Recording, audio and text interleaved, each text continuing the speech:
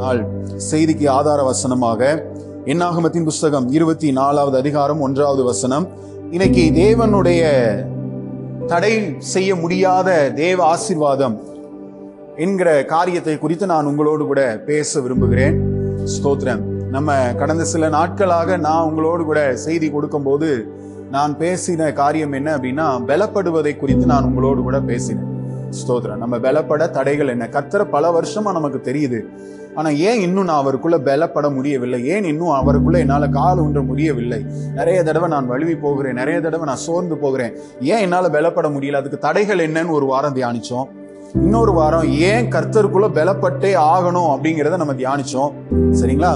ஸ்தோத்திரம். அதே போல இன்னொரு கடந்த வாரத்துல நம்ம பலப்பட வேண்டிய நம்ம வாழ்க்கையில முக்கியமான 7 பகுதிகள், எந்தெந்த காரியங்கள்ல நம்ம பலப்பட வேண்டும் என்று வேதம் சொல்லுகிறது அப்படின்னு சொல்லிட்டு நிறைய இருந்தாலும் ஒரு முக்கியமான ஒரு 7 காரியங்களை கர்த்தர் நம்மோடு பேச விரும்பின காரியங்களை நாம் தியானித்தோம். சரிங்களா?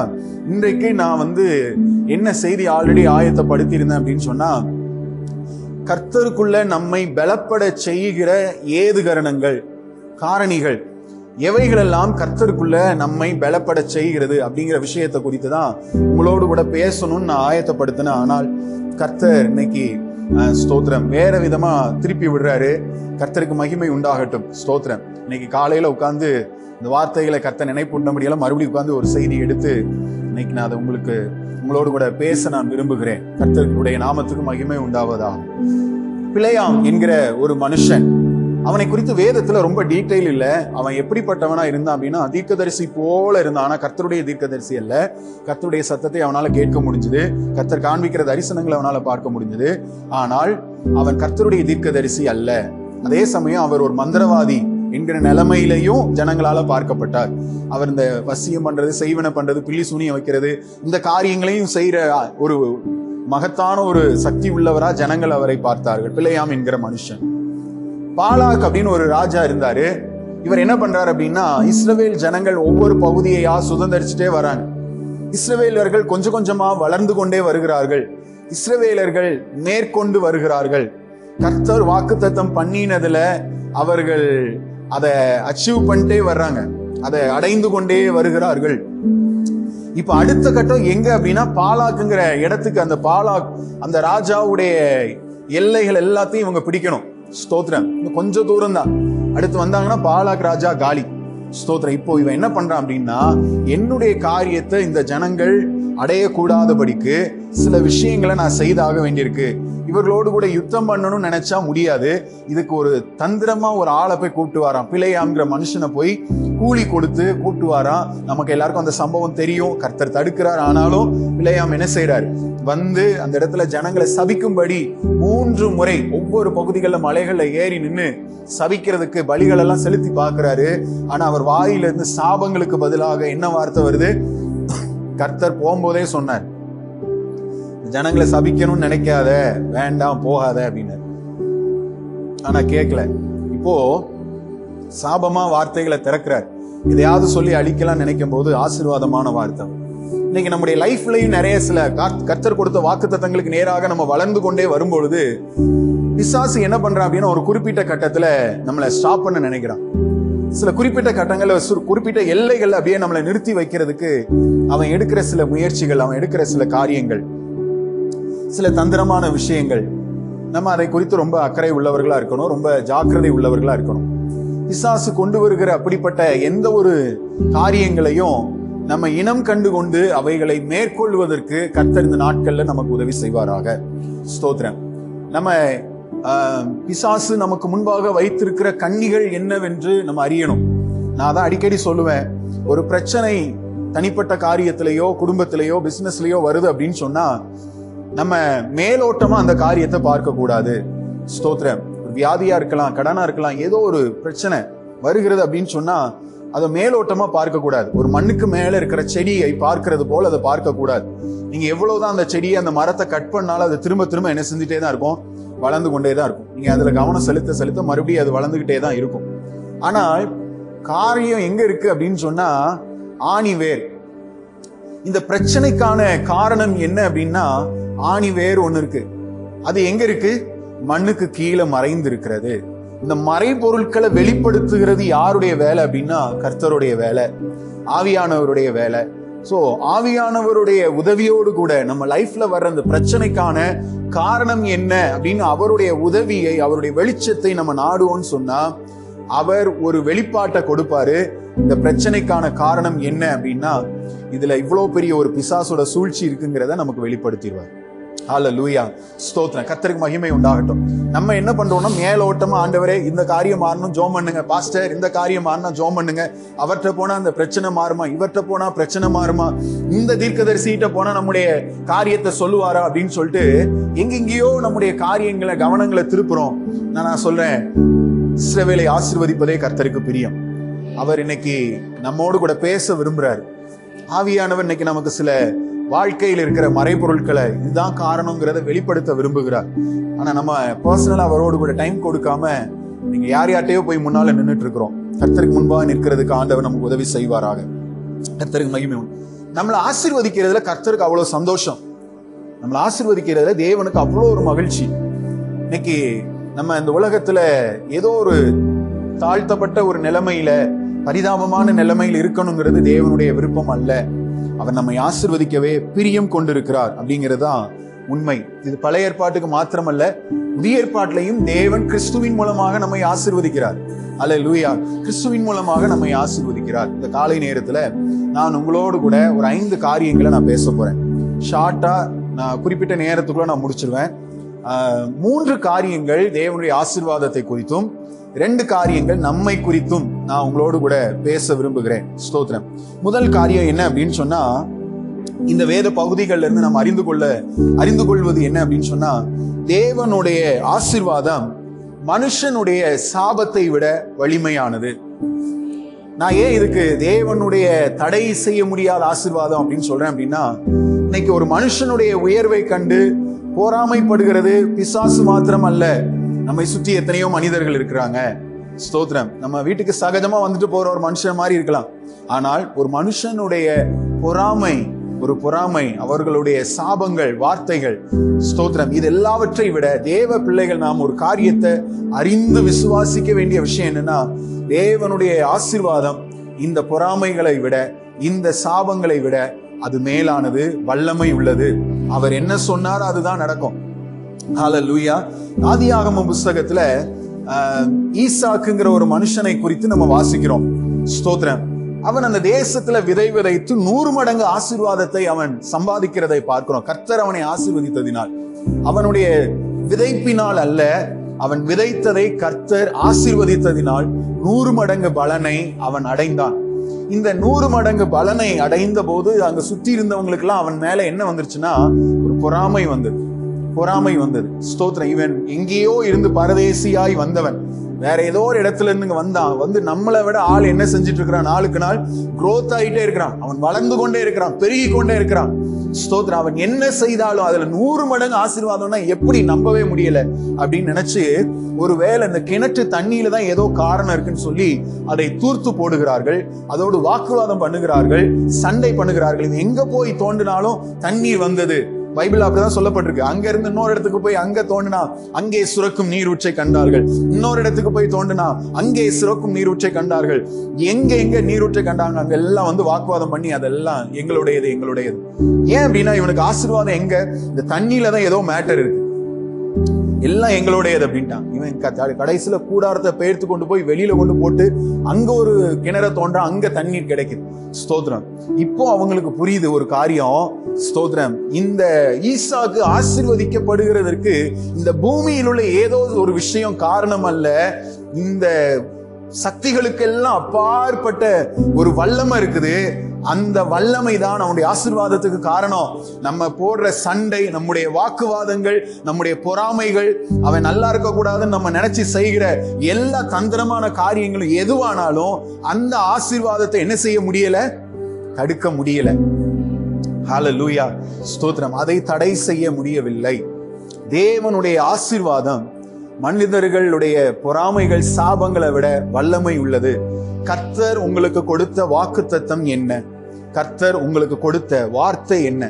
இன்னைக்கு எத்தனை பேர் உங்களுக்கு விரோதமாய் எழும்புகிறார்கள்? இந்த பிழையாம் சபிக்கிறதுக்கு எழும்பினது போல நிறைய பேர் நம்மளை பார்த்து சாபமான வார்த்தைகளை பேசலாம்.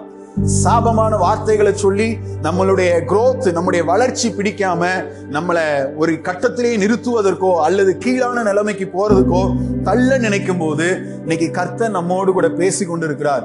நீங்க அந்த வார்த்தையின் வல்லமையை நீங்க பார்க்காதீங்க. அவருடைய பொறாமை நம்மளை என்ன செய்யும் அப்படிங்கிறத நீங்க பார்க்காதீங்க. கர்த்தர் எனக்கு என்ன சொன்னாரோ அந்த பிரகாரமாக நடக்கும். அதுதான் நடக்கும். ஹல்லேலூயா, ஸ்தோத்திரம். விசுவாசிக்கிறீங்களா? ஆமென், ஸ்தோத்திரம். கர்த்தருக்கு மகிமை உண்டாகட்டும். உங்களை பார்த்தா அப்படி தெரியல, ஸ்தோத்திரம். கொஞ்சம் பரிதாபமா உட்கார்ந்து இருக்கிற மாதிரி இருக்கு, ஸ்தோத்திரம். கர்த்தருக்கு மகிமை உண்டாகட்டும். கவனிங்க, அப்போ பிலேயாம கூட்டிட்டு வந்து கூலி கொடுத்து என்ன பண்றாரு அப்படின்னா சாபமான வார்த்தைகளை சொல்லும்படி அவனை சொல்றாரு. பிலேயாம் என்ன பண்ற?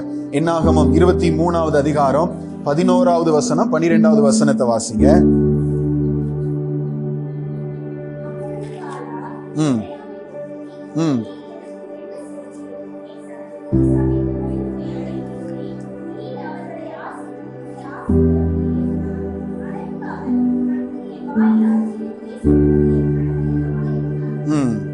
பாருங்க, கர்த்தர் ஒரு மனுஷனை இப்படி நடத்தும் போது நான் எப்படி சொல்ல முடியும்? அவர் என் வாயில் என்ன வைக்கிறாரோ அதைத்தான் பேச முடியும்.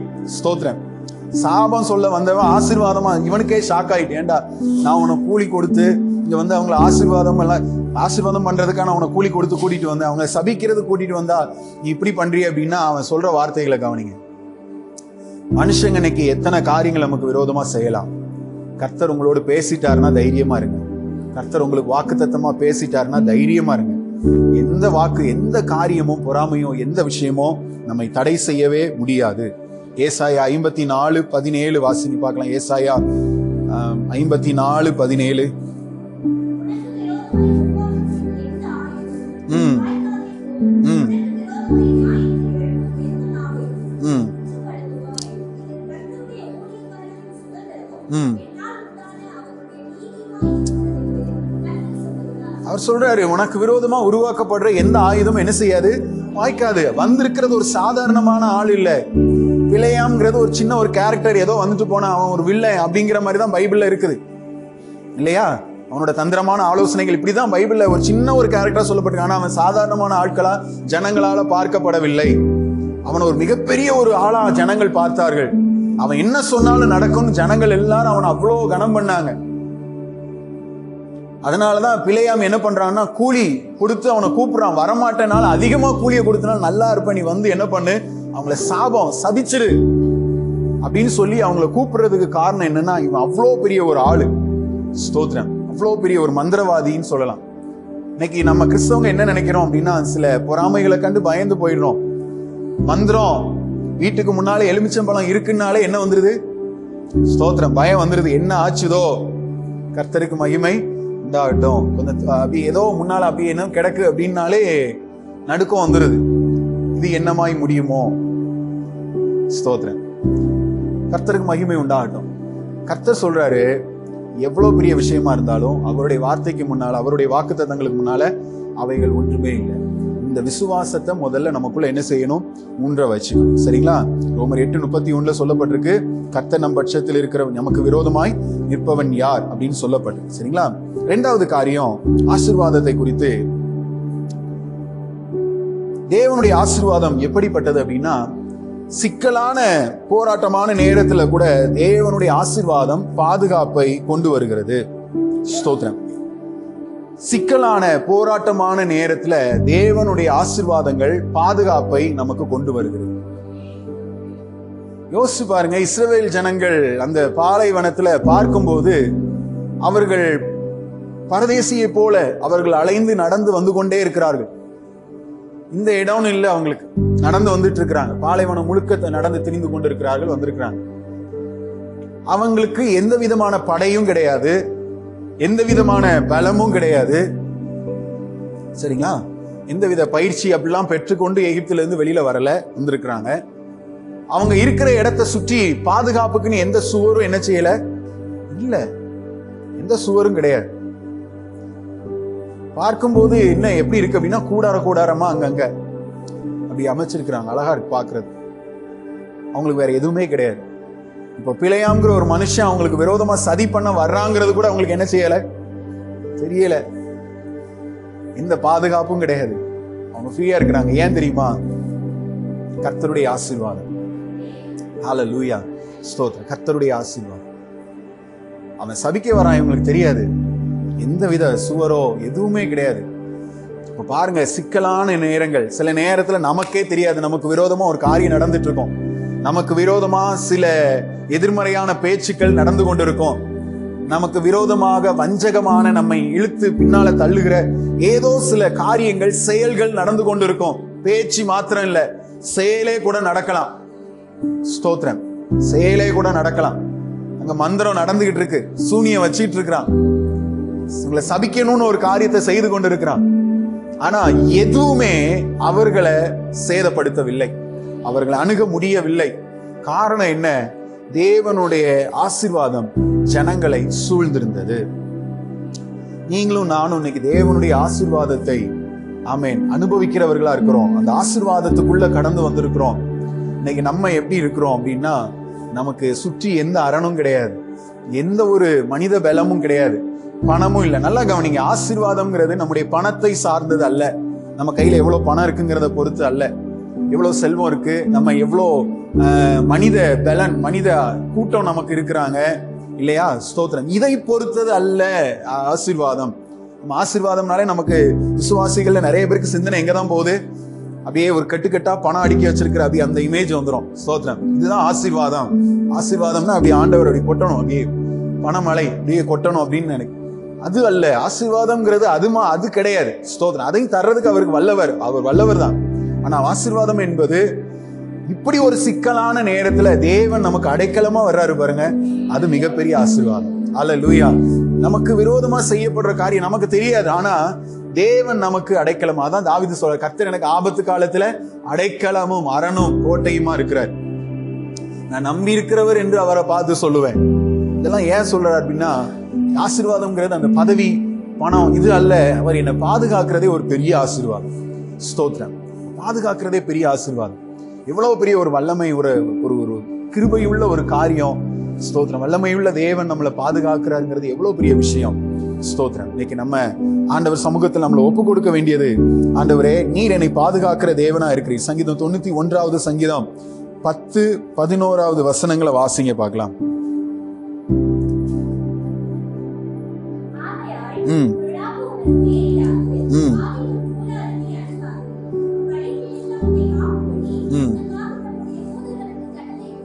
ஆமென்.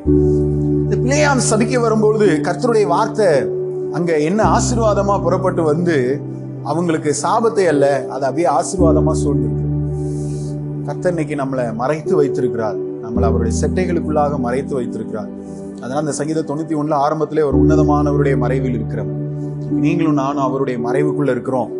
எத்தனை காரியங்கள் வந்தாலும் வாதை உன் கூடாரத்தை அணுகாது, பொல்லாப்பு உனக்கு நேரிடாது அப்படிங்கிறதுல நம்ம உறுதியா இருக்கணும். ஸ்தோத்திரம். மட்டும் இல்ல, எத்தனை பேர் எதிராக வந்தாலும் உன் பக்கத்துல 1000 பேரும் வலதுபுறத்துல 10,000 பேரும் விழுந்தாலும் அது உன்னை அணுகாது. மற்றவங்களுக்கு வரலாம், ஆனா கர்த்தர் உனக்கு வரவிட மாட்டார். ஏன் அப்படின்னா, கர்த்தருடைய மறைவுக்குள்ள ஆசீர்வாதத்துக்குள்ள இருக்கிற. அவங்களுக்கு நடந்துருச்சு, இவங்களுக்கு நடந்துருச்சு, சேம் ஃபீல்டு. ஸ்தோத்திரம். ஒரே விதமான படிப்பு அவங்களுக்கு கிடைச்சிரு, அவங்களுக்கு கிடைக்கல, இவங்களுக்கு கிடைக்கல. ஸ்தோத்திரம். என்னை விட தகுதி வாய்ந்தவர்கள் அவர்கள், அவங்களுக்கெல்லாம் கிடைக்கல, கண்டிப்பா எனக்கு கிடைக்குமா அப்படின்னா கர்த்தர் செய்ய வல்லவரா இருக்கிறார். ஹல்லேலூயா. ஸ்தோத்திரம். கர்த்தர் செய்ய வல்லவரா இருக்கிறார். ஏன் அப்படின்னா அவருடைய ஆசீர்வாதத்துக்குள்ள நம்ம இருக்கிறோம். தேவனால் ஆசீர்வதிக்கப்பட்ட ஜனங்கள், அவர் நம்மளை சூழ்ந்து இருக்கிறார், மறைவிடமா இருக்கிறார். கர்த்தருக்கு மகிமை உண்டாகட்டும். அப்போ நல்லா புரிஞ்சுக்கோங்க, தேவன் போராட்டத்தை சில நேரங்கள்ல நீக்குவதில்லை, அதன் மத்தியில நம்மை பாதுகாக்கிறவரா இருக்கிறார். அதன் மத்தியில தேவன் தம்முடைய பாதுகாப்பை வெளிப்படுத்துகிறவரா இருக்கிறார். இதை நம்ம நல்லா புரிஞ்சுக்கணும். 3வது காரியம், தேவன் நம்மை ஆசீர்வதிக்கிறார், நாம் மற்றவர்களுக்கு ஆசீர்வாதமாக மாறுகிறோம். இதை நம்ம நல்லா புரிஞ்சுக்கணும். முதல் விஷயம் சொன்னேன், எந்த விதமான சாபமான காரியங்களை விட தேவனுடைய ஆசீர்வாதம் வலிமையானது.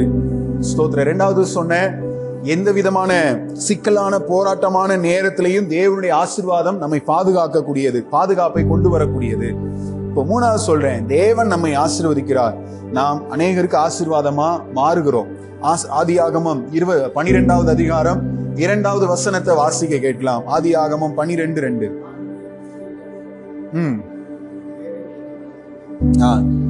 நீ ஆசீர்வாதமாய் இருப்பாய். ஸ்தோத்திரம். நான் உன்னை ஆசீர்வதிப்பேன், நீ ஆசீர்வாதமாய் இருப்பாய். ஸ்தோத்திரம். கர்த்தர் நம்மை அவர் ஆசீர்வதிக்க விரும்புகிறார். எப்படி அப்படின்னா, நம்முடைய கண்கள் மாத்திரம் பார்க்கிறதற்கு அல்ல, மற்ற அநேகருடைய கண்கள் பார்க்கும்போது நம்ம ஆசீர்வாதமா இருக்கணும். ஹல்லேலூயா. ஸ்தோத்திரம். நம்முடைய கண்கள் நம்ம குடும்பத்துக்கு நமக்கு மட்டும் ஆசீர்வாதமா இருக்கிறது அல்ல. கர்த்தர் என்ன ஆசீர்வதிச்சாருங்க, பர்சனலா என் ஃபேமிலிக்குள்ள மட்டும் போதும் அப்படிங்கிறது அல்ல. நம்மளை கர்த்தர் ஆசீர்வதிக்கிறத நம்மை சுற்றி இருக்கிற அநேகர் பார்க்கும்படி கர்த்தர் வைப்பார். ஹல்லேலூயா. ஆபிரகாம கர்த்தர் அழைக்கும் போது அப்படிதான் வந்தார். ஸ்தோத்திரம். அப்பதான் கர்த்தர் வாக்குத்தத்தம் கொடுத்தார். நான் உன்னை ஆசீர்வதிப்பேன், நீ ஆசீர்வாதமாய் இருப்பாய். நீ மட்டும் இல்ல, உன்னை சுற்றி இருக்கிற எல்லாரும், உன்னை சுற்றி இருக்கிற எல்லாரும், உன்னை கேள்விப்படுகிற எல்லாரும் அதை பார்ப்பார்கள், தேவனுடைய மகிமையை காண்பார்கள். இன்னைக்கு உங்களுடைய நிலைமை என்ன? நீங்க பல தேவைகள், பல போராட்டங்கள், பல பிரச்சனைகளோடு கூட இந்த இடத்துல வந்திருக்கலாம். உங்களை சுற்றி இருக்கிறவர்கள் உங்களுடைய ஆசீர்வாத நிலைமை, பொருளாதார நிலைமையை கண்டு, உங்கள் பொருளாதார நிலைமையை கண்டு உங்களை மட்டம் தட்டலாம், உங்களை ஒதுக்கி வைக்கலாம், ஏளனமா பேசலாம், நடத்தலாம், எது வேணாலும் எப்படி வேணாலும் இருக்கலாம். இன்னைக்கு கர்த்தர் நமக்கு வாக்குத்தத்தம் கொடுத்திருக்கிறார். நீங்க விசுவாசிங்க, அவர் என்னை ஆசீர்வதிப்பார். என்ன ஏளனமா பார்த்த, என்ன நிந்தித்த எல்லாருடைய கண்களுக்கு முன்னால என் கர்த்தர் என்னை ஆசீர்வாதமாய் வைப்பார். ஸ்தோத்திரம். ஆமேன்னு சொல்ல மாட்டீங்க, சொன்ன ஆசீர்வாதம் வந்துருமே. அல்லேலூயா. ஸ்தோத்திரம். சொல்லுங்க, எல்லாருடைய கண்ணுக்கு முன்னால என் கர்த்தர் என்னை உயர்த்துவார். இதை நம்ம விசுவாசிங்க. அல்லேலூயா. ஸ்தோத்திரம். மட்டுமில்ல, மற்ற ஏழைகளுக்கு, திக்கற்றவங்களுக்கு உதவி செய்யக்கூடிய நிலைமையிலையும் கர்த்தர் நம்மளை மாற்றுவார். நானே ஆண்டவரே என்ன நிலைமையில் இருக்கிறேன், ஸ்தோத்திரம், எனக்கே போதுமான அளவு இல்லை அப்படிங்கிற கர்த்தர் நம்மளை ஆசீர்வதிச்சார்னா நம்மளை தன்னிறைவு அடைய செய்வார், மற்றவங்களுக்கும் கொடுக்க செய்வார். ஸ்தோத்திரம். மீதம் வரும், மீதம் வரும். கர்த்தருடைய ஆசீர்வாதம் நம்ம மேல இருந்துச்சுன்னா மீதம் வரும், ஷார்டேஜ் ஆகாது. ஸ்தோத்திரம். திருப்தியாகி மீதி வரும். ஹல்லேலூயா. ஸ்தோத்திரம். வயித்தை கட்டி வாயை கட்டி இல்ல, திருப்தி அடைந்து மீதம் வரும். ஸ்தோத்திரம். கர்த்தர் அப்படி நம்மளை ஆசீர்வதிக்கிறதுக்கு வல்லமை உள்ளவராக இருக்கிறார். இன்னைக்கு நம்ம மற்றவர்களுக்கு கொடுக்கத்தக்கதாக நம்மளை கர்த்தர் ஆசீர்வதிக்கிறார். அந்த காரியத்துல கர்த்தர் மகிழ்ச்சியும் படுகிறார். என் பிள்ளைங்க என்கிட்ட இருந்து வாங்குறது மாத்திரம் இல்ல, கர்த்தர் எங்களை ஆசீர்வதிச்சிருக்கிறான்னு சொல்லி மற்றவர்களுக்கு கொடுக்கவும் என்ன செய்யறாங்கிறதுல அவர் நாம மகிமைப்படுமானால் அவர் நம்மை குறித்து சந்தோஷப்படுறாரு. ஸ்தோத்திரம். நிறைய நேரத்துல நம்ம என்னவா மாறிடுவோம்னா, நம்மளை பார்த்து யாராவது சபிச்சிட்டாங்கன்னா அப்படியே உடஞ்சு உட்கார்ந்து ஆண்டவரே அப்படின்னு அழ ஆரம்பிச்சிடணும். ஸ்தோத்திரம். சில நேரத்தில் நாமளே பிழையாம மாறிடக்கூடாது. நாமளே என்ன செஞ்சிடக்கூடாது, பிழையாம மாறிடக்கூடாது. இவ்வளவு காரியத்தை பண்றாங்க, அவங்க நல்லா இருப்பாங்களா? ஸ்தோத்திரம். அவங்க கை கால், நம்ம அப்படி மாறிடக்கூடாது. ஸ்தோத்திரம். நம்ம கர்த்தரால் ஆசீர்வதிக்கப்பட்டவர்கள், மற்றவங்களுக்கு ஆசீர்வாதமா இருக்கணுமே தவிர நம்ம என்னவா மாறிடக்கூடாது. ஆமா. ஸ்தோத்திரம். நம்ம அந்த கேரக்டர் எடுத்துடக்கூடாது. கர்த்தருக்கு ஸ்தோத்திரம். அந்த ஆவி நம்ம மேல வந்துடக்கூடாது. ரோமர் 12வது அதிகாரம் 14வது வசனம் வேகமா வாசிங்க. ரோமர் 12:14.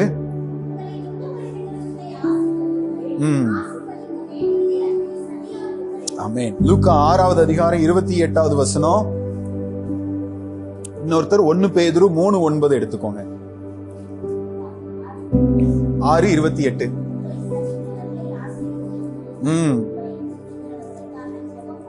ஆமென். 1 பேதுரு 3:9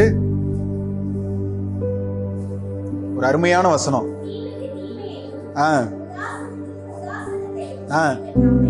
சரி கட்டாமல் அதுக்கு பதிலாக ஆசீர்வாதத்தை சுதந்தரித்துக் கொள்ளும்படி அழைக்கப்பட்டிருக்கிறவர்கள் என்று அறிந்து ஆசீர்வதியுங்கள். ஹல்லேலூயா. ஸ்தோத்திரம். எனக்கு ஒரு காரியம் செஞ்சுட்டாங்க, இதே காரியத்தை நான் என்ன செய்யணும்? தீமைக்கு தீமையும், என்னை உதாசீனப்படுத்திட்டாங்க, நானும் அவங்களை என்ன பண்றணும்? உதாசீனத்துக்கு உதாசீனத்தையும் சரி கட்டுவேன் என்று சொல்லாதே. ஸ்தோத்திரம். இப்படி ஒரு வசனம் இருக்குதா பாஸ்டர்? ஸ்தோத்திரம். அல்லேலூயா. இவ்வளவு நாள நாங்க அதை தானே பண்ணிட்டு இருக்கிறோம். ஹல்லேலூயா, ஸ்தோத்திரம். நிறைய தடவை நம்ம அப்படிதான் யோசிக்கிறோம், மனுஷங்க தானே. ஸ்தோத்திரம். அந்த எண்ணம் முதல்ல வருது. ஆனா இன்னைக்கு ஆவியானவர் நமக்குள்ள கிரியை செய்யட்டும். இனி தீமைக்கு தீமையும் உதாசனத்துக்கு உதாசனத்தையும் நான் சரி கட்டாம நான் என்ன பண்ணணும்னா, கர்த்தர் என்ன ஆசீர்வாதமா வச்சிருக்கிறாரு, ஆசீர்வாதத்தை சுதந்திரித்துக் கொள்ளும்படி அழைக்கப்பட்டவன் என்று நம்ம அறிந்து அறிந்து அறிந்து கொண்டு அவங்களை என்ன பண்ணணுமா, ஆசீர்வதிக்கணும். நீங்களும் நானும் ஒரு ஆசீர்வாத வாய்க்கால். ஒரு ஆறு போகுதுன்னா அங்க இருந்து வயல் நிலம், வறண்டு கிடக்கிற ஒரு வயல் நிலத்துக்கு என்ன போடுவாங்கன்னா, இடையில ஒரு வாய்க்கால் போடுவாங்க. ஸ்தோத்திரம். வெட்டி இழுத்து கொண்டு வருவாங்க. கர்த்தர் இன்னைக்கு நம்மளை அப்படிதான் வச்சிருக்கிறார். எத்தனை பேர் விசுவாசிக்கிறீங்க? ஹல்லேலூயா. அநேகருக்கு ஆசீர்வாத வாய்க்காலா தேவன் நம்மளை வச்சிருக்கிறார். தண்ணியை கொண்டு போய் வறண்ட இடத்துக்கு கொண்டு போய் சேர்க்கிற நிலைமையில வச்சிருக்கிறார். அநேகருக்கு சுவிசேஷத்தை கொண்டு போகக்கூடிய ஆசீர்வாத வாய்க்காலா தேவன் நம்மளை ஏற்படுத்தி வச்சிருக்கிறார். இன்னைக்கு நம்மளை எப்படி பார்க்கிறோம்? இன்னைக்கு கர்த்தர் நம்மளை எப்படி வச்சிருக்கிறாருன்னு நம்ம நினைக்கிறோம். ஹல்லேலூயா. இஸ்ரவேலை ஆசீர்வதிப்பதே கர்த்தருக்கு பிரியம். இன்னைக்கு ஆண்டவர் நமக்கு தந்திருக்கிற காரியங்கள்ல இந்த 3 குவாலிஃபிகேஷன் நம்ம கிட்ட இருக்குதா? இந்த 3 காரியத்தோட எனக்கு ஆண்டவர் தந்திருக்கிற ஆசீர்வாதங்களை நான் பார்க்கிறேனா அப்படிங்கிறத நம்ம கொஞ்சம் ஆராய்ந்து பார்க்கணும். சரிங்களா? இன்னைக்கு எனக்கு இருக்கிற நிலைமையிலும் என்னால இந்த 3 காரியத்துல என்னால சரியா இருக்க முடியுதா அப்படிங்கிறத ஆராய்ந்து பார்த்து அடுத்து ஒரு 2 காரியம் நான் உங்களோடு கூட பேசிட்டு நான் முடிக்க விரும்புகிறேன். முதல் விஷயம், நாம் அறிந்து கொள்ள வேண்டிய காரியம், ஆசீர்வாதம் தேவனிடத்திலிருந்து வருகிறதே தவிர எந்த மனிதனிடத்திலும் இருந்து வரவில்லை. ஸ்தோத்திரம். பாலாக்கு எவ்வளவோ பணம் கொடுத்து பார்க்கிறான், பிழையாம வச்சு எப்படியாவது சபிக்கலாம் அப்படின்னு நினைக்கும் போது அவன் சொல்ற ஒரு வார்த்தை என்ன? என்னாகமம் 23வது அதிகாரம் 8வது வசனத்தை வாசிங்க பார்க்கலாம். என்னாகமம் 23:8. தேவன் சபிக்காதவனை நான் சபிப்பது எப்படி? ஆமா, ஸ்தோத்திரம். நான் சொல்லிட்டான், ஆசீர்வாதமோ சாபமோ நீ எவ்வளவு பணம் கொடுத்தாலும் என்னால என்ன செய்ய முடியாது. ஆமா, நீ பணம் கொடுத்து நிறைய தடவை நம்ம அப்படிதான் நினைக்கிறோம். ஏதாவது ஒரு ஊழியக்காரர் அவர் அப்படியே கர்த்தர் உங்களை எல்லாம் ஆசீர்வதிப்பார் அப்படின்னாலே, இப்போ நமக்குள்ள ஒரு மனநிலைமை தேவை. என்ன அப்படின்னா, ஆசீர்வாதம் என்பது தேவனிடத்திலிருந்து வரக்கூடியது. நான் தான் ஈசாக்குடைய சம்பவத்தையும் சொன்னேன். அவங்க எல்லாரும் எங்கேயோ பூமியில இருந்து ஒரு இடத்துல இருந்து தான் ஆசீர்வாதம் ஈசாக்குக்கு, அதனாலதான் இவன் நல்லா இருக்கிறான் அப்படின்னு நினைச்சா அப்படி இல்லை. வானத்தையும் பூமியையும் உண்டாக்கின கர்த்தரிடத்திலிருந்து ஆசீர்வாதங்கள் ஒத்தாசைகள் வந்துகிட்டே இருக்கு. ஹல்லேலூயா, ஸ்தோத்திரம். நம்ம மனநிலைமையில சரியா இருந்துக்கணும். ஆண்டவரே, என்னை ஆசீர்வதிப்பது உம்மால் கூடும். நம்முடைய வேலை, நம்முடைய காரியங்கள் எல்லாவற்றையும் ஆசீர்வதிக்கிறவர் அவர். ஸ்தோத்திரம்.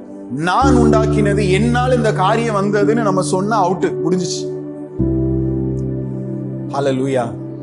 முதலாவது தேவனுடைய ராஜ்யத்தை, நீதியை தேடுங்கள், பின்பு இவைகள் எல்லாம் உங்களுக்கு கூட கொடுக்கப்படும். ஆண்டவர் தான் நம்மளை ஆசீர்வதிக்க முடியும். கர்த்தருக்கு மகிமை உண்டாவதாக. நம்ம எவ்வளவு தூரம் அவைகளுக்கு பின்னால ஓடிக்கொண்டே இருக்கிறோமோ அவ்வளவு தூரம் அது நம்மளை விட்டு விலகி போயிட்டே இருக்கும். ஏன்னா அவைகள் மாயை என்று வேதம் சொல்லுகிறது. மாயை, ஒரு தொடுவானம் போல. ஃபாதர் அழகா பாடினார், வசதியை தேடி ஓடாதே, அது தொடுவானம். தொட்டுலாம் கிட்ட போற மாதிரியே இருக்கும். ஸ்தோத்திரம். முடியாது. ஆனா கர்த்தருடைய ஆசீர்வாதமே ஐஸ்வர்யத்தை தரும். அதனோடு அவர் என்ன செய்ய மாட்டார்? வேதனையை கூட்ட மாட்டார். ஹல்லேலூயா. ஆண்டவரே, இதுவரைக்கும் என்ன நடத்துனது நீங்க அப்படின்னு சொன்னா, இனிமேலும் எனக்கு ஆசீர்வாதத்தை தரக்கூடியது நீங்க மாத்திரம்தான். என் வாழ்க்கையில ஒரு அற்புதத்தை செய்கிறது நீங்க மாத்திரம்தான். ஸ்தோத்திரம். நேபுகாத் நேச்சார் ஒரு நாள் அந்த பாபிலோன் அவன் பார்க்கும்போது அவன் மனசுல வந்த ஒரு எண்ணம், என் பெயர் பிரஸ்தாபத்திற்கென்று நான் உண்டாக்கின மகா பாபிலோன் அப்படின்னு ஆண்டவர் ஒரு அடி கொடுத்தார். கொண்டு போய் காட்டுல கொண்டு வச்சு லிட்ரலா கிட்டத்தட்ட ஒரு வருஷம் 6 மாசம் நினைக்கிறேன் போய் உட்கார்ந்து புல்லு சாப்பிட்டுட்டு இருக்கிறதுக்கு ஆண்டவர் விட்டுட்டார். ஸ்தோத்திரம். ஹல்லேலூயா. இன்னைக்கு கர்த்தர் நமக்கு தந்திருக்கிற 100 ரூபானாலும் இது யாரால வந்தது? கர்த்தரால வந்தது. என் குடும்பம் நல்லா இருக்குதா? கர்த்தரால வந்தது. பிள்ளைகள் இடத்துல ஷேர் பண்ணுங்க. இன்னைக்கு கிடைச்ச அந்த 100 ரூபா, அந்த சம்பாத்தியம், எனக்கு இன்னைக்கு இவ்வளவுதான் கிடைச்சது. ஆண்டவரே, இவ்வளவுதான் தந்திருக்கிறீங்களா? இல்ல, இன்னைக்கு இவ்வளவு தந்திருக்கிறீங்க, இது உம்மால் வந்தது. ஸ்தோத்திரம். இதுக்கு பின்னணி என்ன? குடும்பத்துல பிள்ளைகளோட ஷேர் பண்ணுங்க. இந்த காரியம் சும்மா வரல, கர்த்தர் அற்புதம் செய்தார். இந்த ஆசீர்வாதங்கள், இந்த உயர்வுகள், இந்த மேன்மைகள் இதெல்லாம் என்னுடைய பலத்தினாலேயோ, என்னுடைய பிரயாசத்தினாலேயோ, என்னுடைய திறமையினாலேயோ, படிப்பினாலேயோ சம்பாதித்தது அல்ல, இது கர்த்தரால் உண்டானது என்று குடும்பத்துல பிள்ளைகளிடத்துல சொல்லி கர்த்தருடைய நாமத்தை மகிமைப்படுத்துவோம். ஸ்தோத்திரம். நாம செய்ய வேண்டியது அதுதான். தேவனுடைய ஆசீர்வாதம் ஒரு பக்கம் இருக்கு, இன்னொரு பக்கம் நம்ம நல்லா அறிஞ்சுக்கணும். நிறைய தடவை மனுஷங்க கிட்டேயே நம்ம போய் நிக்கிறோம். ஸ்தோத்திரம். பணத்துக்கு பின்னால நம்ம ஓடுறோம். எங்கிருந்து ஆசீர்வாதம் வருகிறது அப்படிங்கிறது நம்ம ஏதோ தவறான நோக்கத்தோடு கூட ஓடிக்கொண்டிருக்கிறோம். ஆசீர்வாதத்தை தேவன் தான் தர முடியுங்கிறதுல நம்ம ஆண்டவரை நம்பி இருக்கணும். நம்முடைய ஆசீர்வாதத்துக்காக மனுஷங்களையோ சூழ்நிலைகளையோ அல்லது வேற ஏதோ விஷயங்களை கர்த்தரே இல்லாம நம்ம சார்ந்து இருக்கிறோம் அப்படின்னா நம்ம தோற்று போவோம். அந்த இடத்துல ஆண்டவர் கொஞ்சம் ஒரு சிக்ஷையை கொடுப்பார், அனுமதிப்பார். நம்முடைய நோக்கங்களை சரி செய்யறதுக்கு தேவன் கொஞ்சம் இந்த இடத்துல நம்மளை கொஞ்சம் ஆராய்ந்து பார்க்கும்படி ஒரு சூழ்நிலைக்குள்ள நடத்துவார். நம்ம அதுல கொஞ்சம் சுதாரிச்சுக்கணும். தண்டனை இல்ல, சிக்ஷை கொடுப்பார். கொஞ்சம் ஆடு விலகும் போது பின்னால இருந்து கம்பு என்ன செய்யும்? ஒரு அடி. எதுக்கு? ஆடு இதோட செத்து போட்டோம் அப்படின்ட்டா இந்த ஆடு வழி விலகி போகுது, நீ தேவையே இல்லை அப்படின்னு அடி இல்ல. வழி மாறி போகும்போது ஒரு தட்டு தட்டுனா கொஞ்ச நேரம் காலை நொன்னாலும் அடுத்து அந்த பாதைக்கு வந்துருது. ஸ்தோத்திரம். அல்லேலூயா. ஆண்டவர் நம்மளையும் அப்படிதான் ஆண்டவர் பார்க்கிறார். ஸ்தோத்திரம். கர்த்தருக்கு மகிமை உண்டாவதாக. இரண்டாவது விஷயம், தேவனுடைய ஆசீர்வாதத்தை குறித்து நாம் அறிந்திருக்க வேண்டிய விஷயம் என்ன அப்படின்னா, நாம் தேவனுடைய சித்தத்தின்படி விருப்பத்தின்படி வாழும்படி நம்முடைய வாழ்க்கையை சரி பண்ணி கொள்வது. இந்த பிழையாம் சபிக்கிறதுக்கு மேல சபிக்கும் போது அந்த சாபம் கொஞ்சம் கூட அவங்களுக்கு அந்த வாயில சாபங்கிற அந்த வார்த்தை கூட வரல. ஆண்டவர் ஆசீர்வாதமாய் மாற்றி கொடுத்தார். அதை குறித்து அவன் ஆச்சரியப்படுறான். இப்ப பாலாக்குக்கு ரொம்ப குழப்பம், கலக்கம் அடைந்து அவன் கேட்கிறான், எப்ப நான் எப்படி அவங்கள மேற்கொள்ளணும், என்ன செய்யணும் அப்படின்னு சொல்லி கேட்கும் போது அவன் ஒரு ஆலோசனை கொடுக்கிறான். ஒரு மகா மோசமான தந்திரமான ஆலோசனை.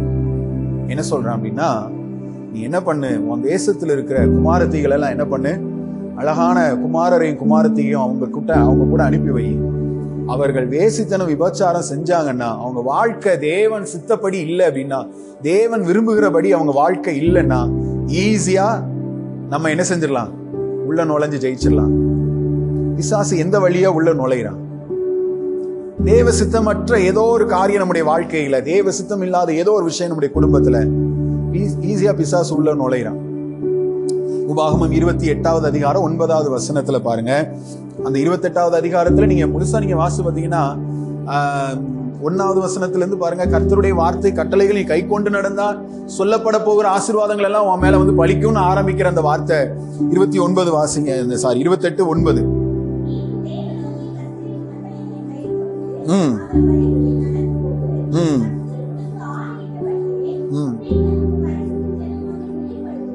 ஸ்தோத்திரம். இதெல்லாம் ஆண்டவர் நிலைப்படுத்துவார். இதுக்கு அடுத்து வரும், நம்ம அங்க பைபிள் அதுக்கு அடுத்து வாசிக்கிறதுக்கே நமக்கு மனசு வராது. ஸ்தோத்திரம். நீ ஒழுங்கா ஆண்டவர் வார்த்தையை கேட்கலன்னா இப்போது சொல்லப்படுகிற சாபங்கள் எல்லாம் உன் மேல பலிக்கும்னாலே பகீரனாயிரும். ஆண்டவரே அந்த பகுதி வேண்டாம், கொஞ்சம் ஸ்கிப் பண்ணலாம். ஸ்தோத்திரம். அதிகமா புக்ல அழுக்கா இருக்கிற வேத பகுதிகள் எது அப்படின்னா, சங்கீதம் ஒண்ணு அழுக்கா இருக்குன்னா ஏசாயா அழுக்கா இருக்கும். அது மட்டும்தான் வாசிக்கிறது. ஸ்தோத்திரம். அதை வாசிச்சாதான் கொஞ்சம் ஆறுதலா இருக்கு. மத்த எங்க போனாலும் இடிப்பேன் உடைப்பேன் கட்டுவேன்னு வருது. ஆண்டவரே தோத்திரம். பாருங்க, ஜனங்கள் கர்த்தருடைய திட்டத்துக்குள்ள இருக்கிற வரைக்கும், தேவனுடைய விருப்பத்துக்குள்ள அவருடைய சித்தத்தின்படி வாழ்கிற ஜனங்களாய் அவருடைய உடன்படிக்கை கீழே இருந்து அந்த ஜனங்கள் வாழ்ந்தார்கள். ஆசீர்வாதம் அவர்களை பின்தொடர்ந்து வந்தது. ஆசீர்வாதம் அவர்களை பின்தொடர்ந்து வந்தது. இவங்க எங்கேயும் தேடி போகல. எங்களுக்கு பாதுகாப்பு எங்க கிடைக்கும் அப்படின்னு சொல்லிட்டு அந்த வனாந்திரத்துல ஓடி திரிஞ்சிருந்தாலும் அவங்களுக்கு கிடைச்சிருக்காது. இவங்க எந்த கவலையும் இல்லை. உடன்படிக்கைக்கு கீழே தேவ சித்தத்தின்படி அவருடைய விருப்பத்துக்குள்ள இவங்களுடைய வாழ்க்கையை அமைத்து கொண்டார்கள். பாதுகாப்பு, ஆசீர்வாதங்கள் இவர்களை தேடி வந்தது. சத்துரு நினைத்த காரியங்கள் முறியடிக்கப்பட்டது. ஆனா எப்போ தேவனுடைய சித்தத்தை விட்டு விலகி கொஞ்சம் நகர்ந்து போனார்களோ, அங்க மிகப்பெரிய ஒரு பாதிப்பை கர்த்தரே உள்ள வர அனுமதிக்கிறத நம்ம பார்க்கிறோம். ஸ்தோத்திரம். கர்த்தரே அனுமதிக்கிறத பார்க்கிறோம். இன்னைக்கு நம்முடைய வாழ்க்கையை கொஞ்சம் ஆராய்ந்து பார்த்து ஆண்டவர் சமூகத்துல நம்மளை ஒப்பு கொடுக்க போறோம். ஆண்டவரே, நான் இந்த காரியங்கள்ல உமக்கு சித்தமில்லாத ஏதோ சில விஷயங்கள் என் லைஃப்ல இருக்குமானால் இன்னைக்கு அதெல்லாம் மாறட்டும். ஹல்லேலூயா, ஸ்தோத்திரம். எப்பொழுதுமே ஆசீர்வாதம் ஒரு பக்கம் மாத்திரம் கிடையாது. அது ஒரு நாணயம் போல. நாணயத்துல ஒரே ஒரு பக்கம் தான் அச்சு இருக்கு, இன்னொரு பக்கம் ஒண்ணுமே இல்லை, பிளேனா இருக்கு. நீங்க கடையில கொண்டு கொடுத்தா வாங்குவாங்களா? அது என்ன காசு? செல்லா காசு. சரிங்களா? ஆசீர்வாதம் அப்படின்னு நம்ம பேசுற பட்சத்துல அதுக்கு இன்னொரு பக்கம் இருக்கு. அது ரெண்டு இருந்தாதான் செல்லும். ஸ்தோத்திரம். அது என்ன அப்படின்னா தேவனுடைய நிபந்தனை. அது தேவனுடைய நிபந்தனை. இந்த ரெண்டும் இருக்கணும். ஆண்டவர் ஒரு பக்கம் நம்மளை ஆசீர்வதிக்கிறார், இன்னொரு பக்கம் நம்முடைய வாழ்க்கை எப்படி இருக்கணும்னு ஆண்டவர் எதிர்பார்க்கிறார். நம்ம அவருக்கு எப்படி இருக்கணும், நடக்கணுங்கிறத ஆண்டவர் விரும்புறார். அந்த விஷயத்துல வரும்பொழுது அவர் நம்ம கிட்ட கேட்கிற ஒரு கேள்வி, நம்ம கிட்ட எதிர்பார்க்கிற ஒரு காரியம் நிறைய இருக்குது. நான் ஒரே சிம்பிளா சொல்றேன். அவருடைய சித்தத்துக்குள்ள நம்முடைய வாழ்க்கையை அமைத்துக் கொள்ளணும். எது தேவனுக்கு பிரியம் இல்லாத காரியங்களோ அது நமக்கு வேண்டாம். தேவனுக்கு பிரியமற்ற காரியங்களை என்னை விட்டு விலக்கும் ஆண்டவர். என் தனிப்பட்ட வாழ்க்கை, குடும்பத்துல நம்முடைய சித்தம் நிறைவேறும். காத்திருங்க. ஹல்லேலூயா. நிச்சயம் ஆண்டவர் நம்மளை சூழ்ந்து கொள்ள அவர் போதுமானவரா இருக்கிறார். கர்த்தருக்கு மகிமை உண்டாவதாக. நம்ம வெறுமனே ஆசீர்வாதங்களை அப்படியே சொல்லிட்டு போகிறது அல்ல. நான் அதுவும் உங்களுக்கு சொல்லியிருக்கிறேன். ஸ்தோத்திரம். ஒரு புண்ணு இருக்குன்னா அதை ஆண்டவர் பைபிளே சொல்லியிருக்கிறார். சமாதானம் இல்லாதிருந்தும் என் ஜனத்துக்கு சமாதானம் சமாதானம் என்று சொல்லுகிறவர்களுக்கு ஐயோ அப்படிங்கிறார். ஸ்தோத்திரம். சமாதானம் இல்ல, ஆனா தீர்க்கதரிசிகளை போல நின்னு என்ன சொல்றாங்க? சமாதானம், கர்த்தர் உங்களை ஆசீர்வதிப்பார், சமாதானம். ஆனா தேசத்துல என்ன இல்ல? சமாதானம் இல்ல. தனிப்பட்ட வாழ்க்கையில, குடும்பத்துல இல்ல. ஆனா தீர்க்கதரிசிகள் ஆண்டவர் அனுப்பினது போல நின்னு சொல்றாங்க சமாதானம் சமாதானம் அப்படின்னு. ஆண்டவர் என்ன சொல்றாரு அப்படின்னா, உன் புண் கொடிதான் இருக்குது, அது ஆறாததா இருக்குது. அதை என்ன பண்ணணும் அப்படின்னா, சும்மா மேலோட்டமா மருந்து போட்டா ஆறாது. சீல் பிடிச்சிருக்கிற அந்த புண்ணை நான் கொஞ்சம் என்ன செய்யணும்? எல்லாம் கிளீன் பண்ணணும். அப்ப எப்படி இருக்கும்? கொஞ்சம் வலிக்கும், ரொம்ப வலிக்கும். அதை எடுத்துட்டு காயத்துக்கு அவர் மருந்து போட்டாருன்னா என்ன ஆகுது? அப்பதான் சமாதானம் வருது. ஹல்லேலூயா. இல்லைன்னா அது இன்னும் ரணமா கொடூரமா மாறிட்டே போகும். இன்னைக்கு இப்படிதான் ஆண்டவர் நம்மளை ஆசீர்வதிக்கிறதுக்கும் அவர் விரும்புகிறார். நம்முடைய லைஃப் ஆண்டவருக்கு ஒரு விஷயம் நம்மளை ஒப்பு கொடுக்க போறோம். அவர் நம்மளை ஆசீர்வதிக்க பிரியம் கொண்டிருக்கிறார். இன்னைக்கு அவருடைய பிரியத்தின்படி நம்முடைய வாழ்க்கை அமைத்துக் கொள்ள நாம் ரெடியா இருக்கிறோமா? ஹல்லேலூயா. நான் அடிக்கடி இந்த கேள்வி கேட்கிறேன், நீங்க வேணா எழுதி வச்சுக்கோங்க. நான் தான் அடிக்கடி சொல்லுவேன், இந்த கேள்வியை நம்மளை பார்த்து அடிக்கடி கேட்டுட்டே இருக்கணும். ஏன் கர்த்தர் என்னை ஆசீர்வதிக்கிறதுக்கு விருப்பமா இருக்கிறாரு? இன்னைக்கு நான் அவருக்கு விருப்பமானபடி நடக்கிறேனா, அவருக்கு விருப்பம் அல்லாத காரியங்களை எதுலையாவது நடக்கிறேனா அப்படிங்கிறத நம்ம ஆராய்ந்து பார்க்கணும். கண்களை மூடி நம்ம ஒரு விஷயம் நம்ம ஜெபம் பண்ணலாம். தேவ சமூகத்துல நம்மளை ஒப்பு கொடுத்து, ஆண்டவரே உமக்கு சித்தமானபடி நடக்க எனக்கு கற்றுத்தார். எவ்வளவு ஆசீர்வாதமான காரியங்கள் நம்ம தியானிச்சோம். நம்ம தேவன் எவ்வளவு நல்லவர், நிறைய இருக்குது. நம்ம இன்னைக்கு ஒரு சில காரியங்களை தியானிச்சோம். தேவன் நம்மை ஆசீர்வதிக்க பிரியம் கொண்டிருக்கிறவர். ஆனா இன்னைக்கு நம்முடைய சில விஷயங்கள், நம்முடைய பிள்ளைகளுடைய காரியங்களா இருக்கலாம், நம்முடைய குடும்பத்துல தனிப்பட்ட காரியங்களா இருக்கலாம், எல்லாவற்றிலையும் ஆண்டவர் கரத்துல ஒப்பு கொடுத்து சில நிமிஷம் ஜெபம் பண்ணுங்க. ஆவியில் ஏவப்படுறதுனால சொல்றேன், சில நிமிஷம் ஆண்டவர் கரத்துல ஒப்பு கொடுத்து ஜெபம் பண்ணுங்க. இப்பவும் எதுவும் கைமீறி போகல, கர்த்தரால ஒரு கிரியை செய்ய முடியும். உங்க சூழ்நிலையில, உங்க தேவையின் மத்தியில கர்த்தர் ஒரு அற்புதம் செய்ய முடியும். உங்க வியாதி பலவீனத்துல தேவன் ஒரு அற்புதம் செய்ய முடியும். அவரால் முடியாததுன்னு எதுவுமே இல்லை. இப்பவும் சூழ்நிலை மிஞ்சி போகவில்லை. கடல் அலைகள், தண்ணீர் எல்லாம் படகுல உள்ள மூழ்கி போகக்கூடிய நிலைமை அப்படிங்கிற உங்க அனுபவம் சொல்லலாம். அந்த அனுபவத்தை எல்லாம் பொய்யாக்குகிறது தான் தேவ வல்லமை. அந்த சூழ்நிலைகளை சமாதானமாய் மாற்றி கொடுக்கிறது தான் தேவ வல்லமை. நம்மளை அர்ப்பணிச்சு, ஆண்டவரே என்னையும் என் குடும்பத்தையும் உடைய கரத்துல ஒப்பு கொடுக்கிறேன்.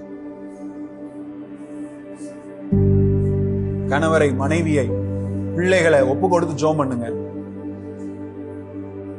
ஒப்பு கொடுக்கிறோம் இயேசுப்பா, உமக்கு சித்தமற்ற காரியங்களை நாங்க நடக்க கூடாது. நீங்க தான் எங்களை ஆசீர்வதிக்க முடியும். உங்களை விட்டு விலகி போயிட்டு நான் வேற எங்கேயும் ஆசீர்வாதத்தை தேட முடியாது. தேவ சமூகத்தை விட்டு விலகி போய் நான் ஆசீர்வாதமா இருக்க முடியாது. தகப்பனை விட்டு பிரிந்து போன இளைய குமாரன் நினைச்சது ஆசீர்வாதமா இருக்கலான்னு, அவரை விட்டு எவ்வளவுக்கு எவ்வளவு தூரமா போனானோ அவ்வளவுக்கு அவ்வளவு அவனுடைய நிலைமை மிக மிக மிக பரிதாபமாய் போனது. அவன் திரும்பி வந்த போது அது மீண்டும் அவனுக்கு கிடைச்சதை பார்க்கிறோம். இருந்த நிலைமைக்கு குறைவான நிலைமை அல்ல, மேன்மையான நிலைமையை கர்த்தர் கொடுக்கிறார், தகப்பன் கொடுக்கிறார். ஹalleluya ஹalleluya. நன்றி ஆண்டவரே, நன்றி இயேசுப்பா. எந்த பொறாமைகள் இன்னைக்கு யாருடைய பொறாமையை கண்டு நீங்க பயந்துட்டு இருக்கிறீங்க? யார் உங்களை பார்த்து சாபமான வார்த்தை, உங்களை பார்த்து, உங்க குடும்பத்தை பார்த்து, உங்க பிள்ளைகளை பார்த்து பேசுறாங்க? எதை கண்டு நீங்க பயந்து கொண்டு இருக்கிறீங்க? யார் மந்திரவாதம், பில்லி சுனியம் எதை வச்சுட்டாங்க நீங்க பயந்துட்டு இருக்கிறீங்க? இதே பிள்ளையாம் வாயிலிருந்து கர்த்தர் சொல்ல வச்சாரு. இஸ்ரவேலுக்கு விரோதமாய் மந்திரமும் இல்லை, யாக்கோபுக்கு விரோதமாய் குறி சொல்லுதலும் இல்லை சொல்ல வச்சார் ஆண்டவர். பழைய ஏற்பாட்டிலே அப்படின்னா இன்னைக்கு அவருடைய ஆவியை பெற்றிருக்கிற நமக்கு விரோதமாய் அவர் ஆவி நமக்குள்ள வாசமாய் இருக்கிறார். கர்த்தருடைய ஆவியானவர் நமக்கு விரோதமா எந்தவித மந்திரங்களும், எந்தவித பில்லி சூனியங்களோ, செய்வினைகளோ எதுவும் வாய்ப்பதில்லை. எந்த மனுஷனுடைய சாபங்களோ, எந்த தூஷணமான காரியங்களோ எதுவும் நம்மள ஒண்ணு செய்ய முடியாது. காரணம், அவர் என்னை ஆசீர்வதித்திருக்கிறார். கிறிஸ்துவுக்குள்ள நான் ஆசீர்வதிக்கப்பட்டிருக்கிறேன். கிறிஸ்துவுக்குள்ள உன்னதங்களில் உள்ள சகல ஆசீர்வாதங்களினாலும் அவர் நம்மை ஆசீர்வதித்திருக்கிறார். அவருடைய கரத்தில் நம்மளை அர்ப்பணித்து, நல்ல பிதாவே, இந்த நாள்ல நீர் எங்களோடு கூட பேசின நல்ல வார்த்தைகளுக்காய் நன்றி. தொடர்ந்து நீர் எங்களோடு கூட பேசும். கேட்ட வார்த்தைகள் எங்கள் இருதயத்துல, வாழ்க்கையில தொடர்ந்து கிரியை செய்ய எங்களை அர்ப்பணிக்கிறோம். பரிசுத்த ஆவியானவரே, உம்முடைய ஆண்டவரே ஸ்தோத்திரம், வழி நடத்துதலை நாங்கள் எதிர்பார்க்கிறோம். உலகத்துல நீர் எங்களுக்கு துணையாய், தேற்றரவாளனாய், நடத்துகிறவராய், போதிக்கிறவராய் எங்களுக்கு கொடுக்கப்பட்டிருக்கிறீர். ஆண்டவரே, இந்த வசனத்தின்படி தொடர்ந்து எங்களை போதித்து நடத்துவீராக, உணர்த்துவீராக. எங்களை கீழ்ப்படியே நாங்கள் அர்ப்பணிக்கிறோம், எங்களை விட்டுக் கொடுக்கிறோம். கனமகிமைகள் எல்லாம் உங்க நாமத்துக்கு செலுத்துகிறோம்.